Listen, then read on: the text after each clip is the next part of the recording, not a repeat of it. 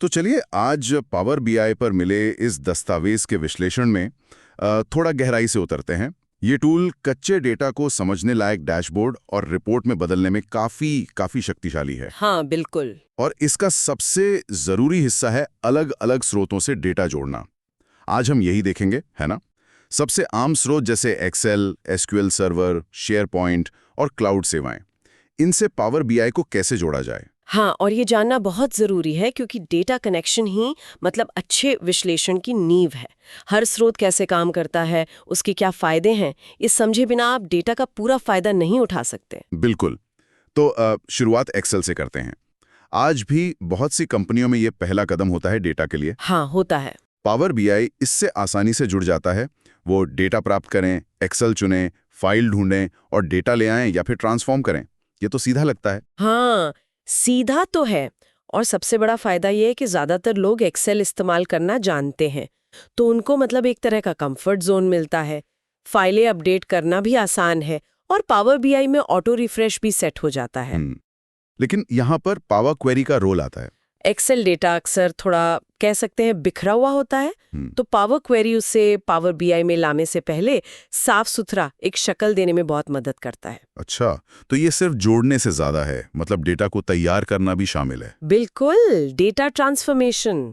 ठीक है, अब आगे बढ़ते हैं एसक्यूएल सर्वर पर। ये तो एक प्रॉपर डेटाबेस मैनेजमेंट सिस्टम है, ज्यादा सीरियस काम के लिए। हाँ, कह सकते हैं। प्रक्रिया वैसी ही है, डेटा प्राप्त करें, एसक्यूएल सर्वर, फिर सर्वर और डेटाबेस की डिटेल्स डालनी होती हैं। टेबल्स या व्यूज चुने और फिर लोड या ट्रांसफॉर्म। तो इसका असली फायदा क्या है एक्सेल के मुकाबले। देखिए, एसक्यूएल सर्वर तब काम आता है जब डेटा बहुत ज्यादा हो, मतलब लाखों करोड़ों पंक्तियां, और सुरक्षा सिक्योरिटी बहुत अहम हो। ये बड़े पैमाने पर डेटा संभाल सकता है और इसमें सिक्योरिटी फीचर्स काफी मजबूत होते हैं। अच्छा। और एक बहुत बड़ी चीज है डायरेक्ट क्वेरी। हाँ, ये सुना है मैंने। डायरेक्ट क्वेरी से पावर बीआई डेटा की कॉपी नहीं बनाता, वो सीधे एसक्यूएल सर्वर से पूछता है रियल टाइम में। ओह, तो मतलब डेटा हमेशा अप टू डेट रहेगा। हाँ, बिल्कुल ताज़ा। उन बिजनेस के लिए ये बेहतरीन है जहां हर पल की जानकारी जरूरी है। वरना दूसरा ऑप्शन इंपोर्ट है, जिसमें डेटा पावर बीआई में आ जाता है। उससे रिपोर्ट तेज चलती होगी। हाँ, रिपोर्ट तेज खुलती है, पर डेटा आपको समय समय पर रिफ्रेश करना पड़ता है। और हाँ, एसक्यूएल सर्वर जैसे स्रोतों के लिए आपको सही परमिशंस की जरूरत पड़ेगी। समझ गया। तो बड़े डेटा, सुरक्षा और ताजगी के लिए एसक्यूएल सर्वर। अच्छा, अब शेयर पॉइंट की बात करते हैं। ये तो टीम कोलैबोरेशन के लिए ज्यादा जाना जाता है। हाँ बिल्कुल। पावर बीआई इससे कैसे जुड़ता है। फिर से डेटा प्राप्त करें में जाएं, लेकिन इस बार शेयर पॉइंट ऑनलाइन लिस्ट चुनें। साइट का यूआरएल दें, लिस्ट चुनें और फिर वही लोड या ट्रांसफॉर्म। इसका क्या फायदा। इसका मुख्य फायदा टीम वर्क ही है। कई लोग मिलकर एक ही लिस्ट अपडेट कर सकते हैं और पावर बीआई वो डेटा इस्तेमाल कर सकता है। और क्योंकि ये माइक्रोसॉफ्ट का ही प्रोडक्ट है, तो बाकी ऑफिस टूल्स के साथ इसका इंटीग्रेशन काफी स्मूथ रहता है। लेकिन ये एसक्यूएल सर्वर जितना पावरफुल तो नहीं होगा डेटा के मामले में। नहीं, उतना नहीं। शेयरपॉइंट लिस्ट साझा जानकारी टीम प्रोजेक्ट्स के लिए अच्छी है, पर बहुत बड़े जटिल डेटा के लिए एसक्यूएल सर्वर ही बेहतर है। ठीक है, यानी टीम वर्क और साझा जानकारी के लिए शेयरपॉइंट। ओके, अब आखिर में आते हैं क्लाउड स्रोतों पर, जैसे एज्योर या गूगल एनालिटिक्स या सेल्सफोर्स। आजकल तो सब कुछ क्लाउड पर ही है। हाँ, ज्यादातर नई चीजें वहीं आ रही हैं। इनसे जुड़ने की प्रक्रिया क्या है वैसी। हाँ, काफी मिलती जुलती है। सर्विस चुनें, लॉगिन करें यानी प्रमाणित करें, जो डेटा चाहिए वो चुनें और फिर लोड या ट्रांसफॉर्म। और क्लाउड का सबसे बड़ा फायदा। सबसे बड़ा फायदा है पहुंच, एक्सेसिबिलिटी। आप कहीं से भी डेटा एक्सेस कर सकते हैं। और स्केलेबिलिटी। स्केलेबिलिटी मतलब आप जरूरत के हिसाब से स्टोरेज और प्रोसेसिंग पावर आसानी से बढ़ा या घटा सकते हैं। आपको पहले से बहुत बड़े सर्वर खरीदने की जरूरत नहीं।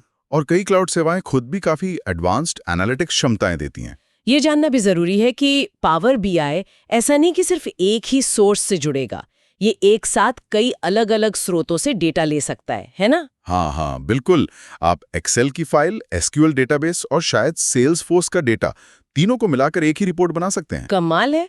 और डेटा रिफ्रेश अपने आप होता रहे, ये भी सेट कर सकते हैं। हाँ, ऑटोमेटिक रिफ्रेश शेड्यूल हो सकता है।